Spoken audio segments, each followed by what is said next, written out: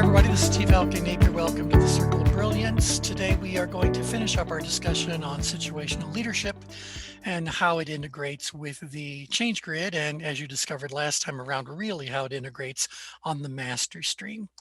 So let me start by sharing with you a little bit of history. Long ago, when I first started my business, this is back in the early 1980s, which really, now that I'm saying that, it doesn't sound like it's all that long ago, but it is. Um, um, the name of this program was Sales Leadership in Action. While I had named that curving line the master stream, I'd not named the program master stream yet. So Sales Leadership in Action. And what brought me to that title for it was because I had been trained in situational leadership. I love situational leadership. And I thought situational leadership could easily be integrated into a sales methodology, because I've always thought of salespeople as individuals who show up and serve in a leadership role around whatever the subject matter is that they are there to discuss with the client about sales. So, but I kind of thought, like, well, you can't just jump into situational leadership in a sales setting. Obviously, there's stuff that has to happen beforehand, and there's stuff that needs to happen afterwards, because I'm not going to see this person all day, every day. This is a prospect who hopefully will evolve into a client. But I need more of a complete conversation, not just an isolated, here, do this situational leadership piece with a person you already know, you're already comfortable with, and blah, blah, blah. So I said, well, what needs to come before situational leadership? And that's how this all ultimately came to be. At that same time, now again, what you're looking at, this was the first merging of brilliance that occurred in 1984. So I'd learned all these models over here to the left that ultimately integrate very easily with the change grid itself. And if you were to read the merging of brilliance, you'd see an explanation about all of these. So all these kind of came along, and blah, blah, the change grid was born. Now, one other model that I learned came from sales methodology. I'm trying to remember what it was called. It'll come to me. And I could go to the merging of brilliance to find it out, but it's this little diagram right here. And while you can't really read it all that well, even if I zoom in, you're not going to be able to read it very well.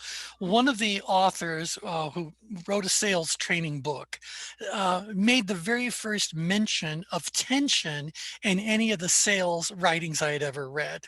I had learned about tension specifically in that name and in other names that preceded it as I looked at all these different models that integrated onto the change grid. But my first exposure, my first discovery of the word tension being used was in a sales training book, trying to remember their name, very famous speakers. Okay, anywho, it'll come to me. Jim Cathcart, and don't know who he was aligned with at that moment. Anyway, they said in barely one paragraph in their book, they said that there are two kinds of tension that exist during a sales conversation. And those two kinds of tension are relationship tension, which is the tension that someone has with whoever they're talking to. So the sales rep might have some relationship tension about the prospect and vice versa. And then there's also task tension, and task tension is the tension that the prospect has with whatever their situation happens to be.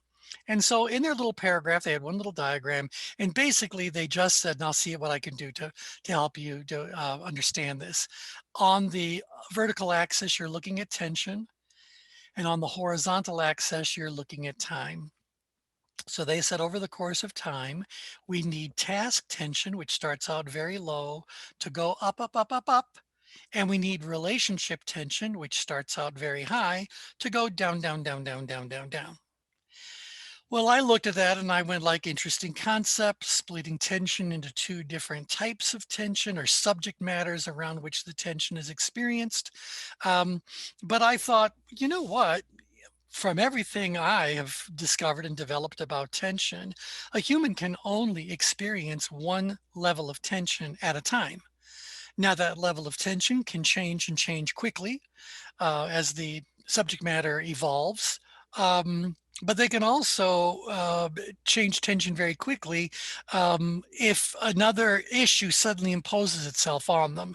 So I went like, I don't care, whether it's you want to call it relationship tension or task tension. The bottom line is the person is only experiencing one type of tension at a time. And so I said, this little diagram is all very, very nice, but I believe these two types of tension need to be put into a sequence.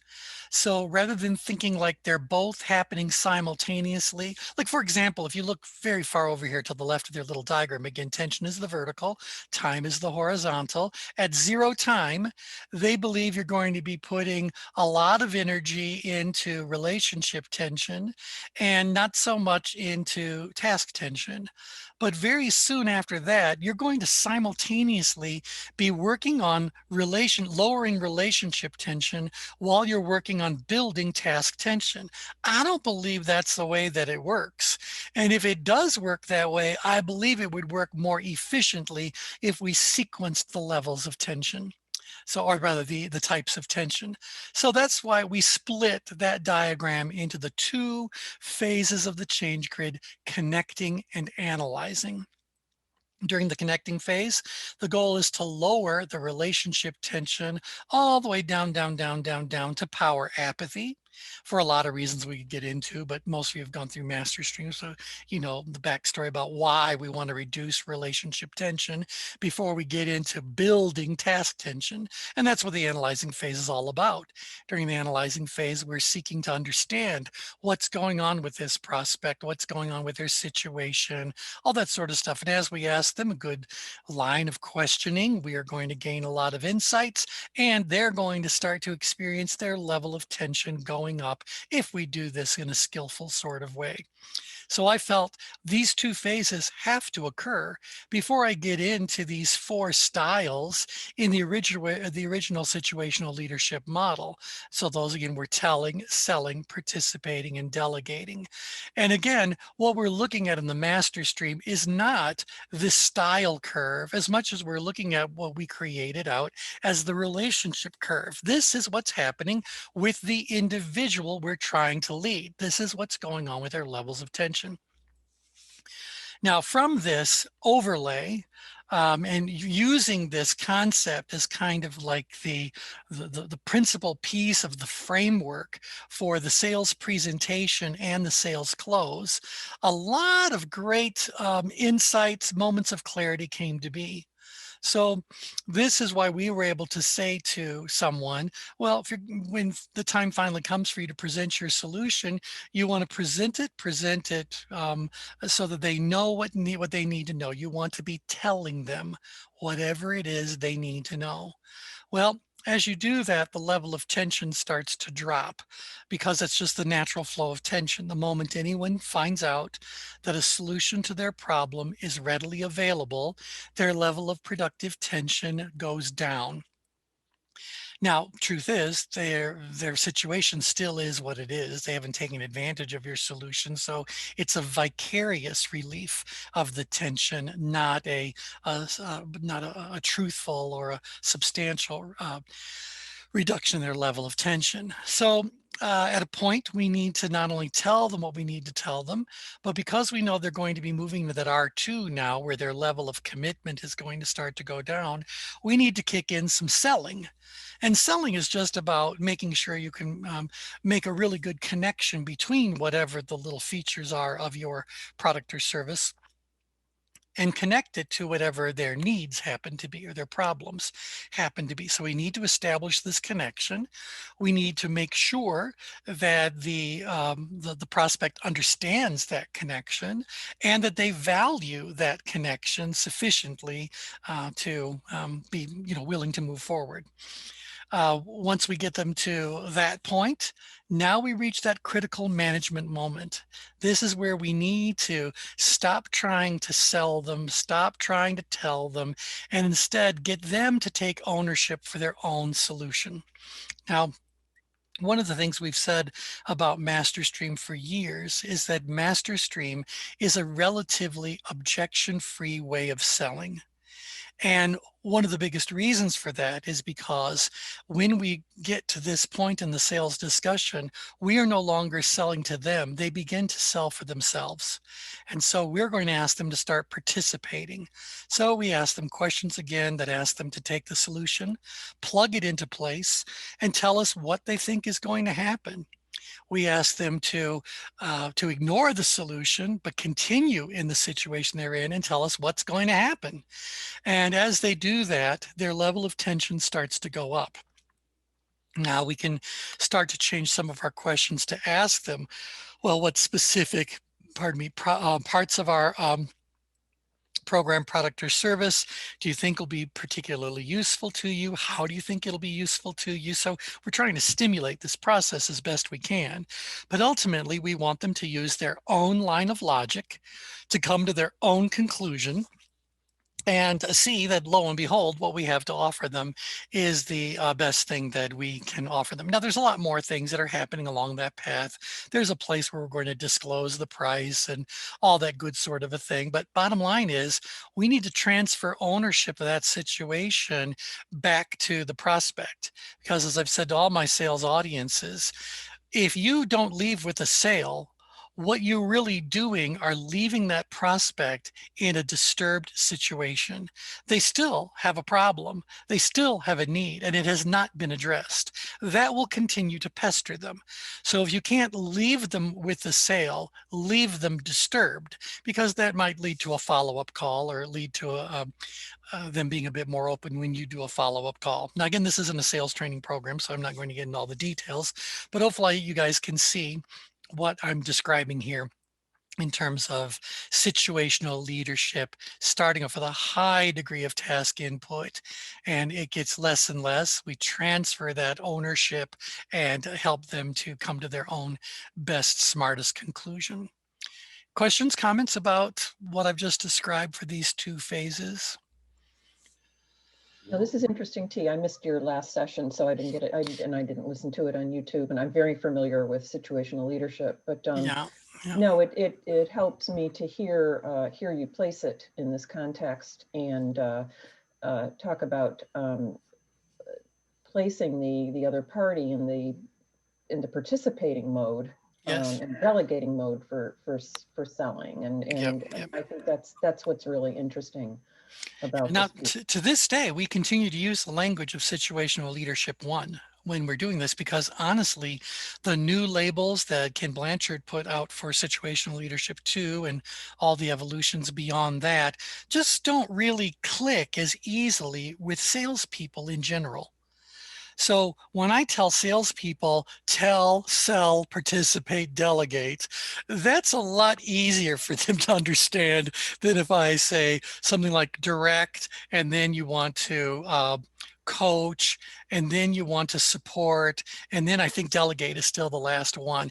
That's just not as obvious in what those different behaviors might actually look like. So for that reason alone, we've maintained our use of the original labels from situational leadership.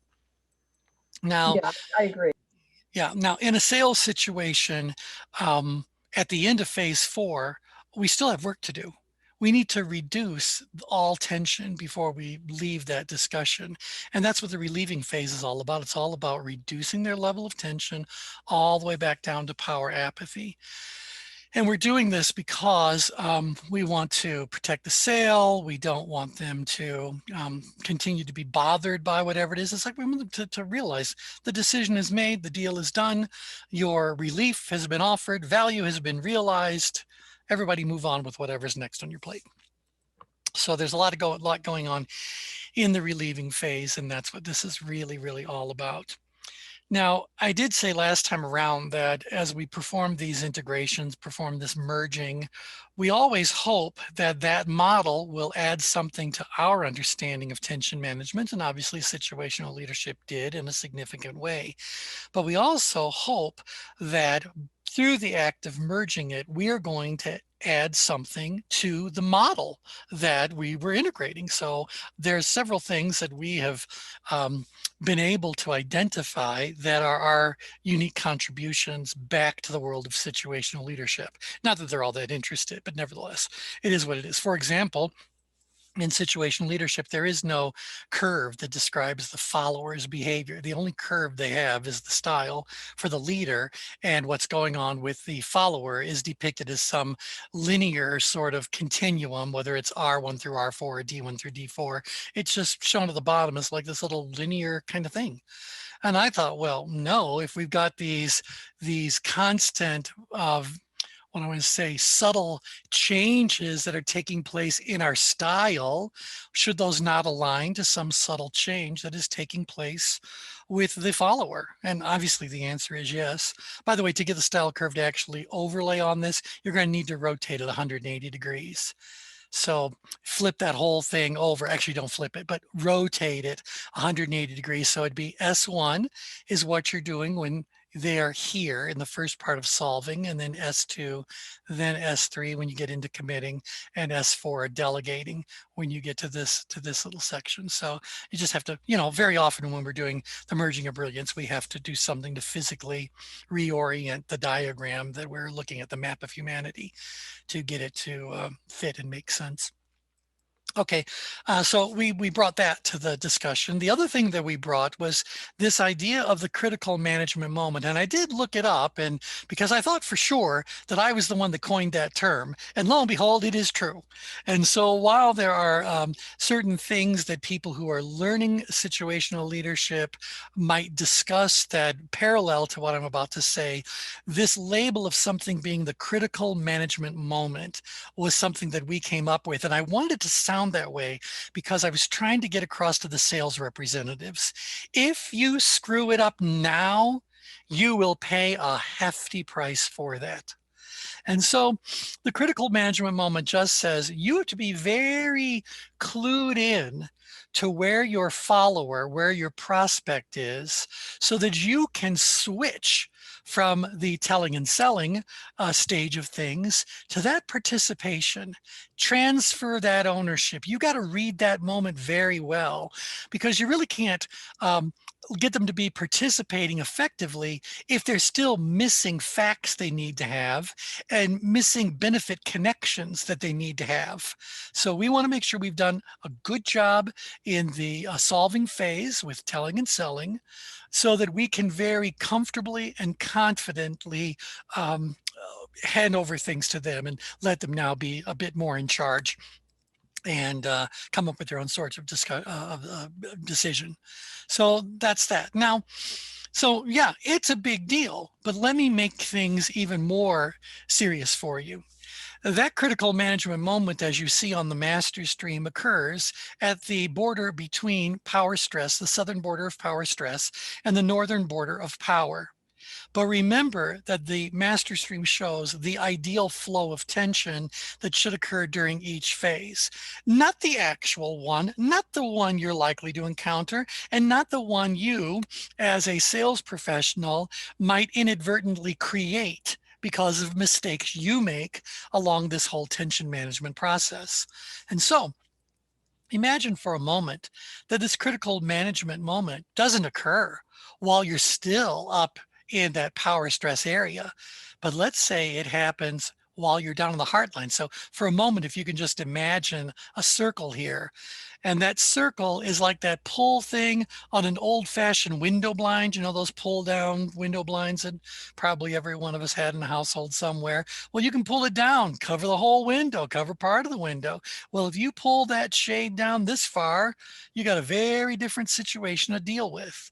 And if you pull it down even further between power and power apathy, you got an even bigger situation to deal with. But if you pull it all the way down here to the brink of power apathy and apathy, or even worse, down into apathy, you've just created for yourself a nightmare when it comes to being able to do sufficient participation and delegation to get the sale to occur. And that's why so much of sales training relies on objection handling techniques, because that's what you're going to need to do to move them upgrid. So we believe the best way to handle an objection is to prevent the objection from ever arising. And that comes from doing a very skillful job in phase 3. So part of the hallmarks we give are you want to keep your presentation as short as you possibly can and make sure that it is filled with obvious value connections for that client, and then move on to participation. Sadly, most sales training organizations teach their sales representatives to do a global presentation, including every fact about every feature that the product or service happens to offer, which drags the tension down, down, down, down, down, down, down. I might even be boring my prospect. And then I'm going to start talking about not the benefits that are specifically important to them, but a bunch of generalized benefits, or maybe just those benefits that I personally, as the sales representative, would think would be most value, which may or may not align with what the prospect has in mind. So what on earth have I just done? I have overpresented, I have oversold, and now the level of tension is rock bottom. And if I have any hope whatsoever of getting that person to follow through and do whatever it is that needs to be done, I'm going to have to spend a lot of energy rebuilding that level of tension. And that means a lot of participating and ultimately very careful delegating only at the end of things, because I gave them so much information during that presentation that they are now equipped to come up with an unending line of objections. All right, so is this making sense for all of you? Yep. Yep, yep, yep. Yep. Okay, Yep. so now that I've spent this amount of time describing this from a sales perspective, which is okay because all of you have to sell sooner or later, you all got to sell whatever services you're offering. I want to tell you that this is the exact same flow of tension that should occur during any sort of a delivery session that we might have with one of our coaching clients or consulting clients. Any sort of a discussion we're going to have needs to map to the master stream.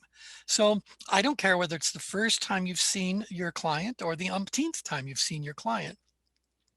You're going to go through some part of this connecting phase. So it's all about reducing relationship tension. So there's always going to be, some social pleasantries that are going to happen. And sometimes the more you know a person personally, the more you might linger in this phase 1 connection sort of thing, making sure everybody's comfortable, everyone's reconnected, all that's good, good, good, good, good. So you are reducing the relationship tension. Why is that so important for you to reduce relationship tension?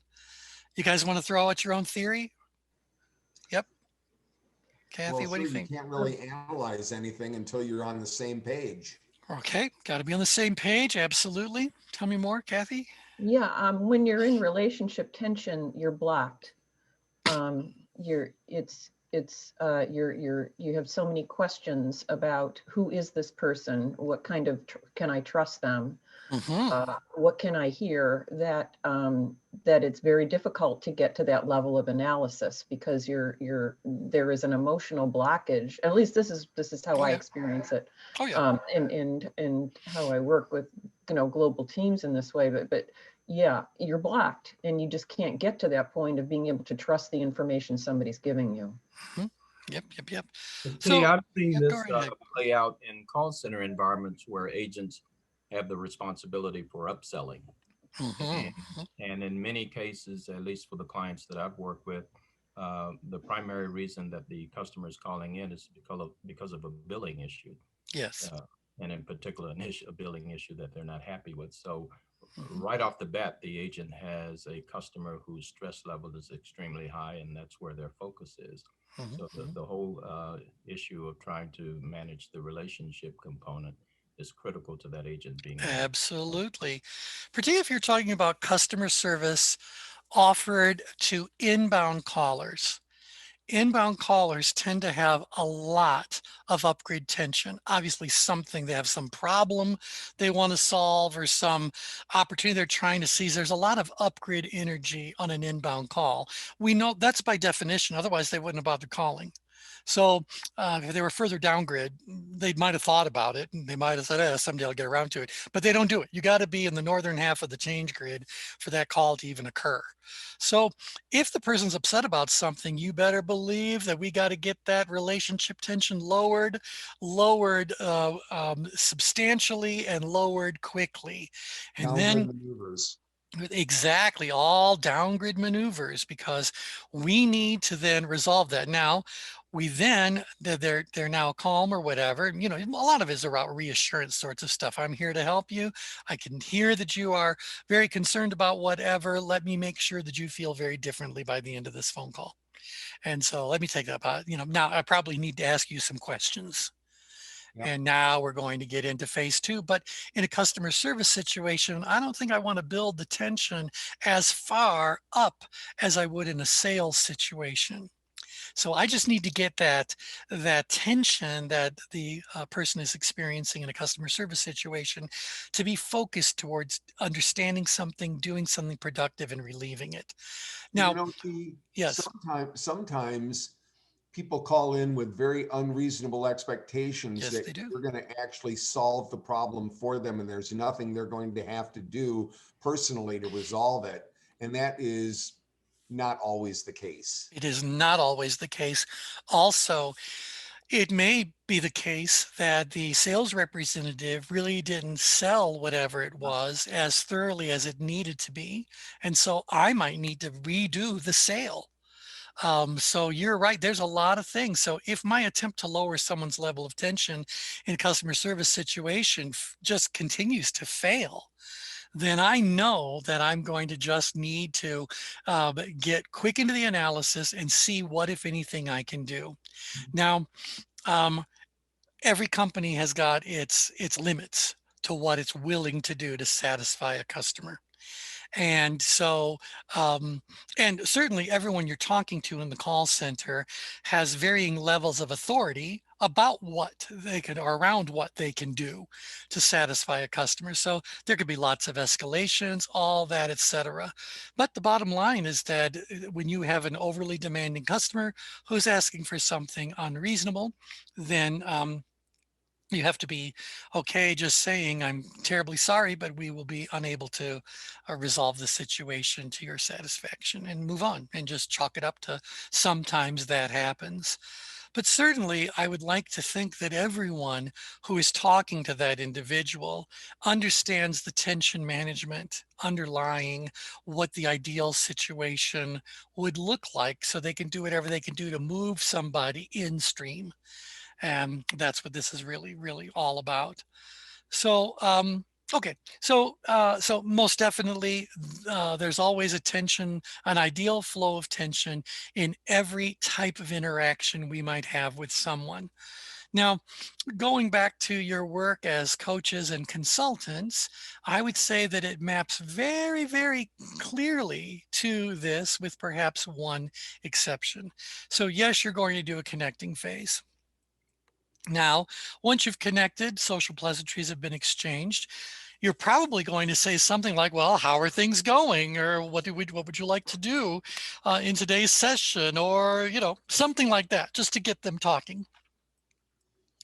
And then based on what they're saying, you're going to start asking them questions to get more clarity about what's going on, hopefully to open up their thinking a little bit, get them to look at a situation a bit more creatively, whatever, as they're doing that. Now, there are some people in the world of human development who believe their entire job is the connecting and analyzing phase.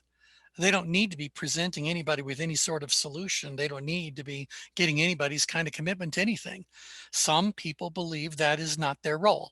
Their role is to simply lead this person on their own little path of self-discovery, and not even a whole path, to help them to better understand what's really going on in the ramifications. And they think, that job's done.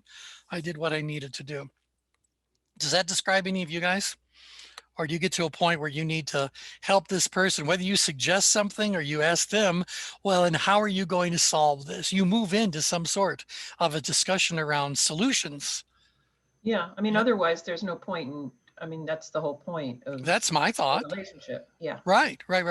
Now, depending on the kind of work that you're doing and the grand industry of human development, you may be highly directive, and you may kind of shun all forms of direction. So maybe you're going like, no, my role is to help them make their own decision and help them understand that decision. And if I disagree with their decision, I've got to understand, is that about me? Is that about them? Do I need to ask for permission to change my hat so maybe I can give them a couple of other options that maybe they didn't look at? Y'all have to find your own way to approach this whole solving phase.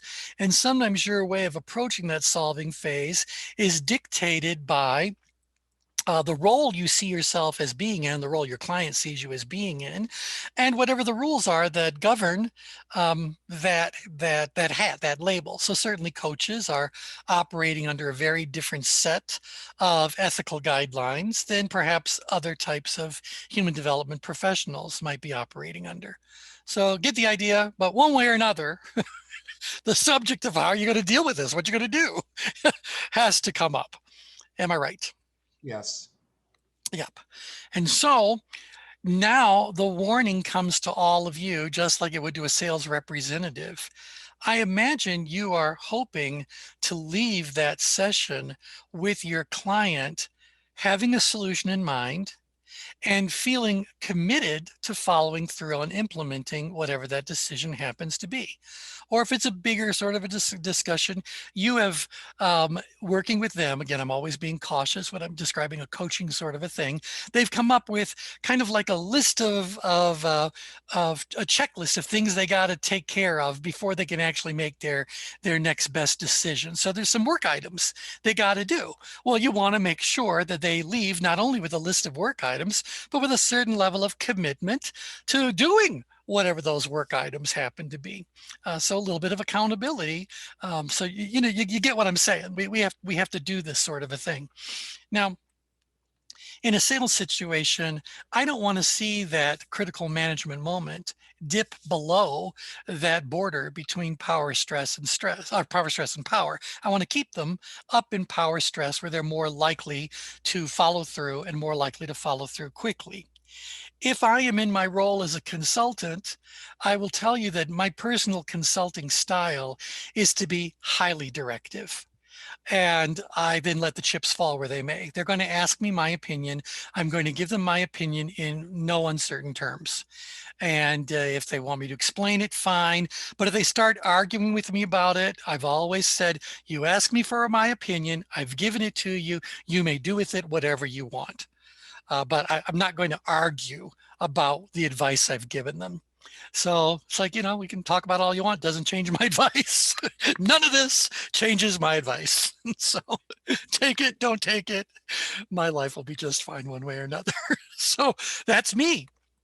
Now, I don't know how you guys interact in those kinds of a situation, but I would just say to you that I am not known for my diplomacy, and I find being diplomatic to be energy draining. Now, I might be able to add to it that my earliest experiences with consulting happened to be with some European companies. And European countries seem to put a very high premium on candor. And if you are trying to package things too politely, too gently, they actually take some offense to that because they believe you think they can't handle the truth. So maybe that's where it came from. Maybe I'm just using that as a form of justification, but that's my style. And so when I'm doing whatever I'm doing, I tend to keep the level of tension quite high. Anybody else on the call deal similarly, or where might you be? What style blend do you use? Yeah, it's interesting because I can use a multiple of styles depending, but I had to learn to let go in that very there is an approach to coaching where you simply don't give any direction at all. You just ask questions. That is not my natural place. And so so I've had to learn how to manage that way when the situation describes, but I am purely situational. My Okay. style around those things, and probably um, would tend to be more of a truth teller from my standpoint, whatever Yes. that means. Um, but I know what you're saying. I mean, I think those styles really vary among coaches in particular Yes. around how they manage the situation. I just don't have the patience for Right. pure questioning, a pure questioning approach. But I think that I have learned to use it, and I have learned to use it effectively when I think it really is important to that for that client. Yeah. Yeah. And I can do it, but boy, does it take a toll on me energetically. So, and I guess even people have certainly said over the years that I'm a good coach, and I go like, well, I appreciate the sentiment, but I don't do the kind of coaching that everyone does. I'm not trained to do the kind of coaching that everyone does. If anything, because of my background in sales training, I'm a performance coach. And a performance coach, like if you're an athlete and you're doing something on the field or in whatever your technique happens to be, your coach doesn't ask you a whole bunch of questions and get all diplomatic with you. They say, stop doing that, do this instead, do it now. And so that's a little bit more my just where I've ended up. David, how about you? In the solving phase, we check for accuracy and completeness. We ask clarifying questions. Yep. I found over the years that it's a lot easier for me to coach than it is to sell. And I find myself coaching when I should be selling. Yeah. And, I think back to the solving phase and the asking of clarifying questions as being essential in both venues. It gets the prospect involved. You start to learn some of their thinking. And, it's just oftentimes in the coaching arena, we run over people a little bit as opposed to pulling them along. Yes, absolutely. Absolutely. And maybe it also has to do with who you're dealing with. Tim, feel free to unmute if you want to share how you've worked with your clients. Yeah, mine has always been around the relationship in terms of trying to ensure satisfaction on the part of the individual. Uh, it's funny, I was thinking as you all were discussing that style piece, I ran down to Dunkin' Donuts this morning to grab a cup of coffee, and I went inside as opposed to the drive-through, and there was a young man there behind the counter, and he asked me a question of apparently he must be struggling with something, and he was seeking some advice, and I just felt bad when I left because it was clear that that was a coaching opportunity, and uh, the moment just was not appropriate for that to happen. There was a customer in line behind me who was clearly somewhat impatient and ready to go. So it just wasn't the right moment, but just trying to focus on trying to get satisfaction for folks. So I tend to do more listening than I do, questioning. Directing, yeah, right. Yeah. Well, I think that also aligns itself with the kind of work that you've chosen to do. So can you imagine if I was in sort of a common ground sort of a meeting or any kind of a mediation or anything like that, and I was being extremely directive? This is not how mediation works. Is it certainly this is not how facilitating mediation experience works. So, Yeah. And I yeah. would say too, I mean, for myself, I do a lot of facilitation, and the facilitation is all listening. Yeah. And it's all stopping, and so it really varies, and Tim was saying, yeah, absolutely, it's all about relationship and listening and getting to people to a place where they feel comfortable enough to be able to express who they are and what they want. So for me, it is purely situational. It really depends on what kind of, if I'm doing performance coaching or if I'm doing, getting to your PowerPoint coaching, whatever it is, it's going to really vary. So a good portion of the time I'm listening. Yeah. And see, to be able to do that and do that effectively requires a certain level, well, two things. Certainly you have to be able to emotionally detach yourself from what's going on so that you can be all the things we describe in the center of the change grid. You can practice that art of caring detachment. You can be the grand observer who sees everything and notices subtleties and nuances, and then selectively chooses what to bring up, what to focus on, what question to ask next, etc. So it takes that, number one. It also takes a tremendous amount of patience. And I was not gifted with patience.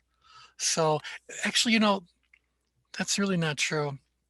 If I step into the confessional, nah, I'm not patient. I can feign patience for a good, strong period of time, for a relatively extended period of time, and then I'm just gonna lose it.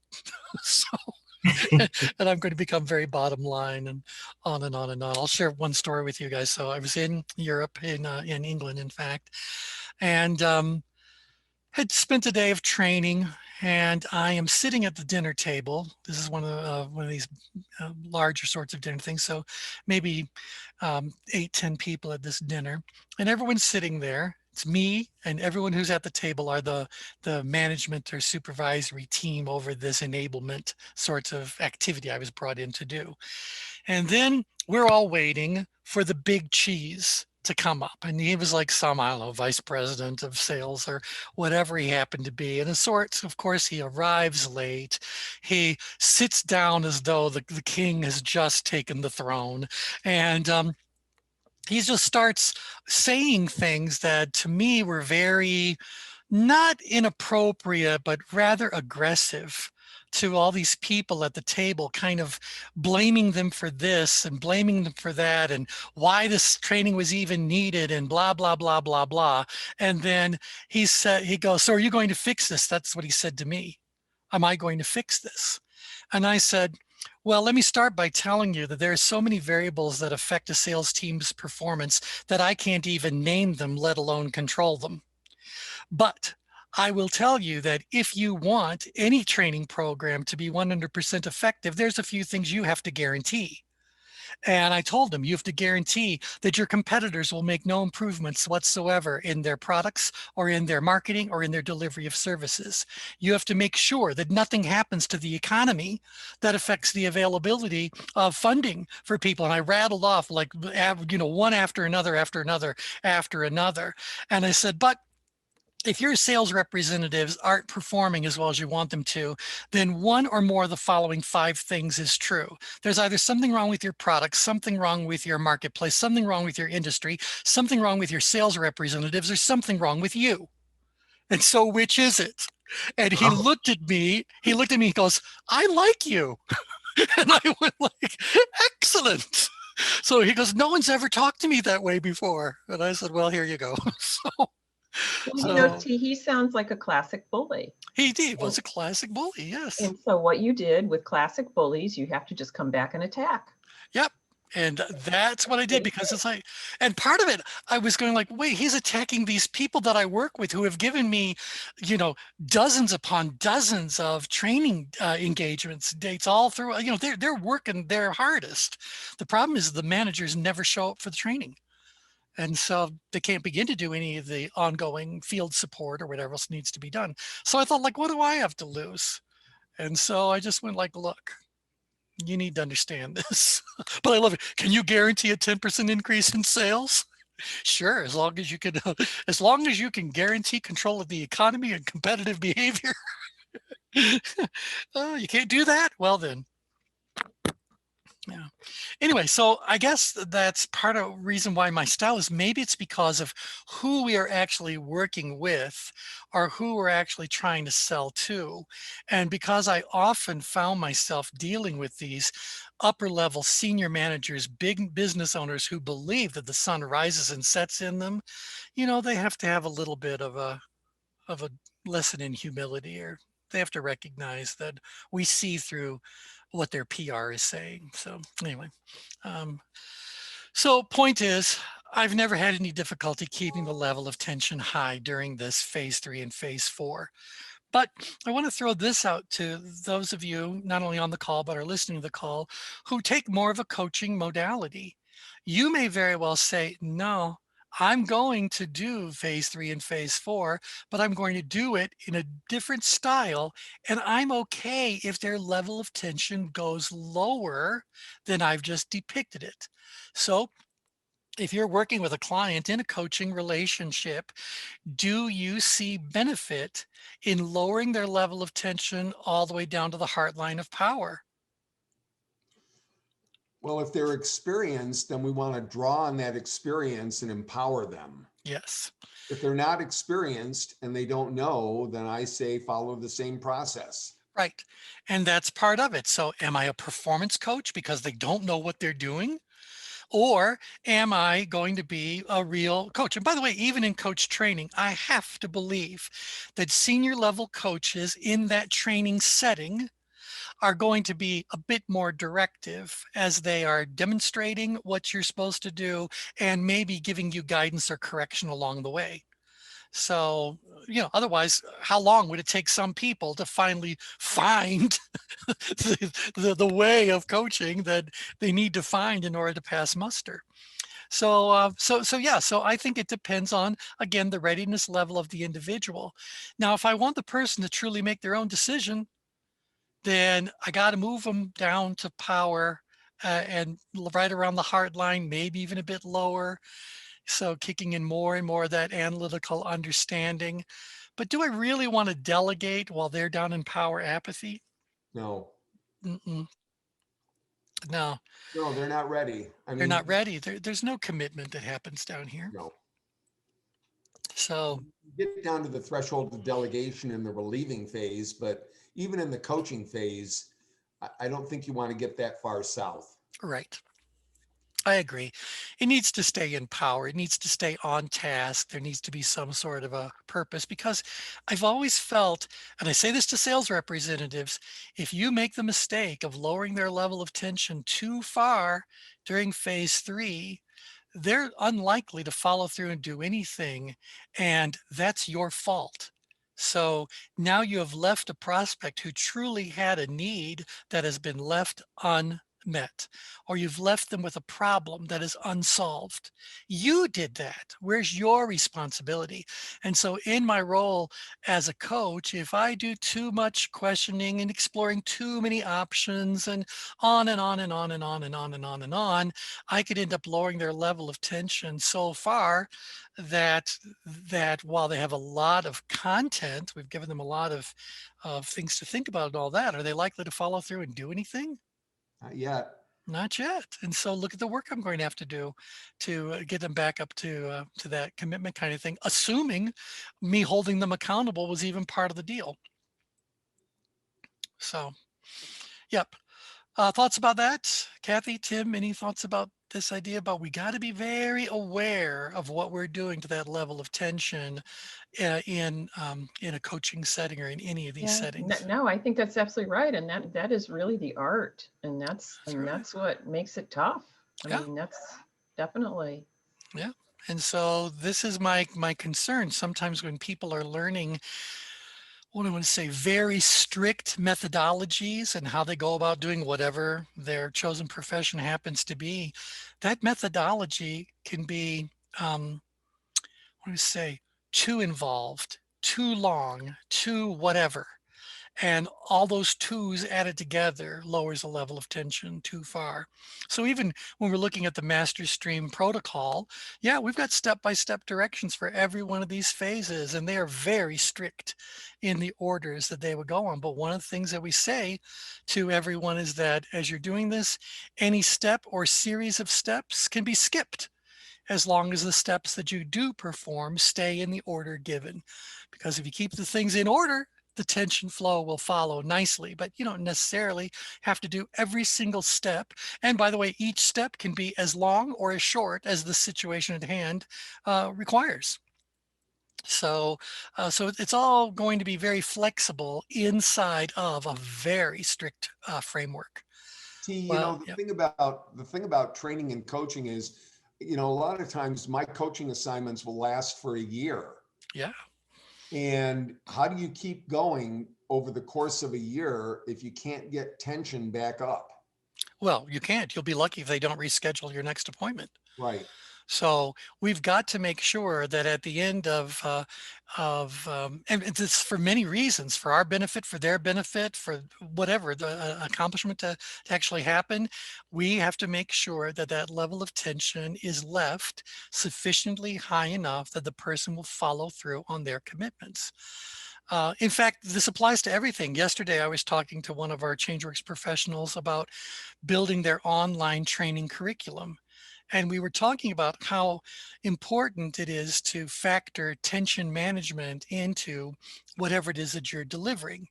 And so I told them that if I was going to do things from scratch, purely to teach someone ChangeWorks or MasterStream or whatever in a pretty much pure online delivery, not just a recording and I go listen to the recording if you want to, not that, but actually building a course out, I would have to divide it into a lot of smaller subjects, Yeah. each of which only has a handful of short lessons. Yep. And I'm going to need to make sure that they get plenty of feedback along the way so they know where they're at, so they feel energized. I have to make sure that that program is structured so that every lesson leaves them at a commitment. Did you tell everybody that this is actually a 2-day program? Oh, what, MasterStream? Yeah, it's at least a 2-day program if you want to do it justice. I mean, at a minimum. Yeah, and you could stretch it out to a week if you want to fill it with lots of exercises and rehearsals and all that good sort of stuff. But, you know, and David can vouch for this, we're lucky these days if an organization will give you a day to do sales training. Yeah. And I always had to joke. I said, so let me get this straight.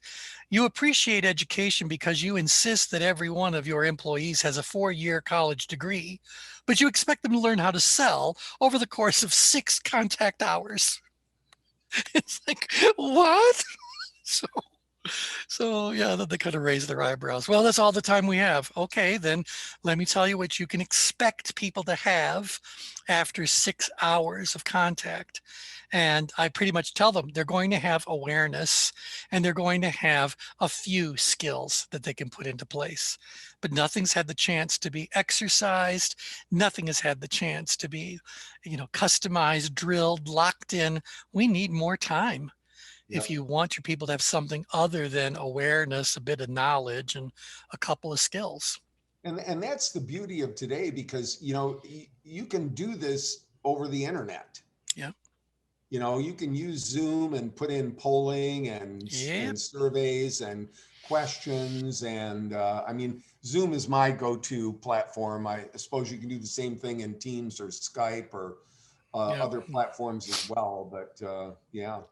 Yeah, yep. Well, and that also is why I was chatting with, again, the colleague about they have to choose their learning management system very carefully, because I think you have to be able to do quizzes. At the end of a chapter, or at the end of a lesson, if you can do a quick little quiz and they have to pass the quiz in order to go on to the next lesson, now you're creating some tension flow and you're giving kind of a little bit of a reward for them doing whatever it is they needed to do. If you don't want to go back and watch the video again, get it right on the quiz. Well, this is right, because we found that probably at least half of the lower cost options for putting training programs up online have no quizzing capabilities. Right. And so if you want to offer continuing education credits or something like that, you have to prove that people attended your, watch the videos or whatever, or you want to award certificates at the end of it. Some of the platforms have that all built in. So choose one of those. Yeah, Captivate is pretty good with that. Yeah, Captivate is pretty good. The one that we will be using, even though MemberPress has a built-in kind of a course module that's included in the annual price for it, it doesn't have any quizzing capabilities. So LearnDash is the one that's always been used on WordPress websites. LearnDash has it all, everything you could dream of having, and it's $129 a year. So we were looking at one that was about $700 a month. And I went like, well, that's like, no. but LearnDash was fine. So again, there's a lot out there. There's a lot out there. You just have to kind of know going into it. What do you want the shape and style and feel of your training program to be? And what platform offers that kind of functionality to be able to do that? Like we found one, brace yourself. You could do it based on video, but all the videos have to be housed on their platform, and they charge you based on bandwidth. Not only the bandwidth for the delivery of the video, but the storage of the video. So they're charging you for storage, they're charging you for bandwidth. And so suddenly what looks like a good deal adds up to a nightmare. So choose very carefully. Oh, another thing I pointed out was that if you're going to put all the energy into developing an online course, and make no mistake about how much energy that is, make sure it's SCORM compliant. So are you guys familiar with SCORM? No. Anybody? Okay. SCORM is a set of standards across the industry for online learning. And the thing about, if you are building your program out on a SCORM based system, or a SCORM, I don't think it's certified, but it's built to in accordance with the SCORM standards, you can migrate your program to any other platform you want that's also SCORM standards. But if they don't have that SCORM standard thing built in there, you'd have to rebuild it from scratch. So just make sure SCORM, I forget what it stands for. Standard something, I don't remember, but SCORM. Yeah, I got it. It's shareable content object reference model. Well, that's why they call it SCORM, because no one's going to say that. So yeah, just make sure whatever site you choose is SCORM compatible. And then you're not trapped.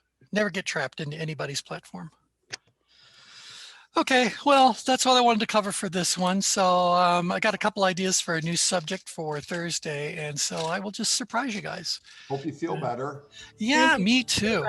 I got to tell you, it's not good, but hey, the show went on. That was what's important. You did a great job. Okay, good. Thanks, everybody. Take care. Absolutely. Bye for now. Have a good one. You too. All righty.